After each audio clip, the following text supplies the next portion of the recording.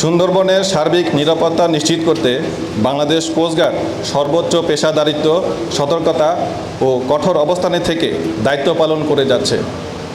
বর্তমান সরকারের দিক নির্দেশনায় সুন্দরবন অঞ্চলে সক্রিয় সকল বনদস্যু বাহিনী নির্মূল এবং উপকূলীয় অঞ্চলে সাধারণ জেলে, বাওয়ালি ও বনজীবীদের নিরাপত্তা নিশ্চিতকরণের লক্ষ্যে বাংলাদেশ কোস্টগার্ডের নেতৃত্বে operation restore in peace in Sundarban এবং অপারেশন ম্যানগ্রোভ শিল্ড নামে দুটি বিশেষ অভিযান পরিচালিত হচ্ছে।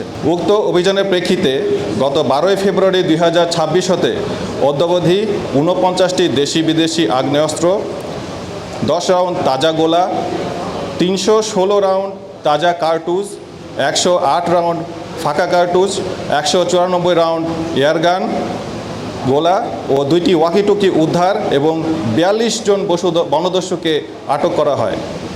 এ সময় বনদস্যুদের হাতে জিম্মি থাকা মোট 41 জনকে জীবিত উদ্ধার করে প্রয়োজনীয় চিকিৎসা সহায়তা প্রদান শেষে নিরাপদে তাদের পরিবারের নিকট হস্তান্তর করা হয়েছে। এছাড়াও সুন্দরবনের কুখ্যাত ডাকাত ছোট সুমন বাহিনী ও তার সহযোগী সহ মোট 60 জন সশস্ত্র অস্ত্র ও গোলাবারুদ সহ কোস্টগার্ডের নিকট আত্মসমর্পণ করে।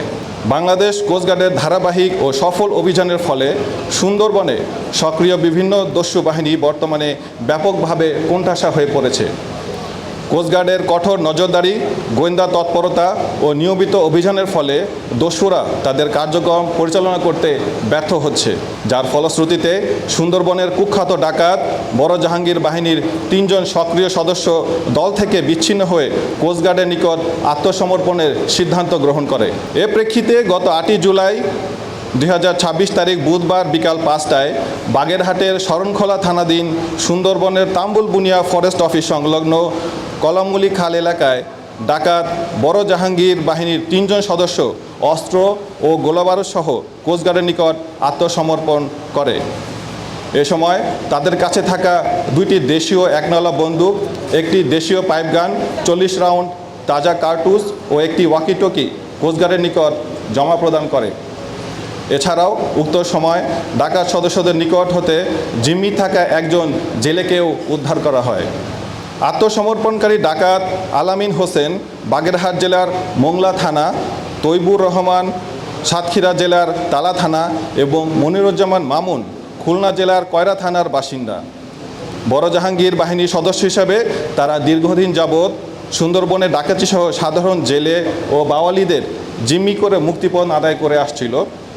জব্দকৃত অস্ত্র, গোলাবারুদ ও আত্মসমর্পণকারী ডাকাতদের পুনর্বাসনের ব্যবস্থা সহ পরবর্তী আইনানুগ ব্যবস্থা গ্রহণ ও উদ্ধারকৃত জেলেকে পরিবারের নিকট হস্তান্তরের কার্যক্রম প্রক্রিয়াধীন রয়েছে। প্রকৃতপক্ষে বাংলাদেশ কোস্টগার্ডের নিরলস অভিযান ও কঠোর অবস্থানের কারণেই সুন্দরবনের সক্রিয় দস্যু বাহিনীগুলো অনেকটা দুর্বল ও বিচ্ছিন্ন হয়ে পড়েছে। সুন্দরবনের সকল সক্রিয় ডাকাতকে দস্যুবৃত্তি পরিহার করে বাংলাদেশ কোস্টগার্ডের নিকট আত্মসমর্পণের মধ্যে দিয়ে স্বাভাবিক জীবনে ফিরে আসার জন্য আহ্বান জানাচ্ছি। যারা স্বাভাবিক জীবনে ফিরে আসতে ইচ্ছুক, আত্মসমর্পণের পর ঊর্ধ্বতন কর্তৃপক্ষের মাধ্যমে তাদের পুনর্বাসনের সুযোগ প্রদান করা হবে।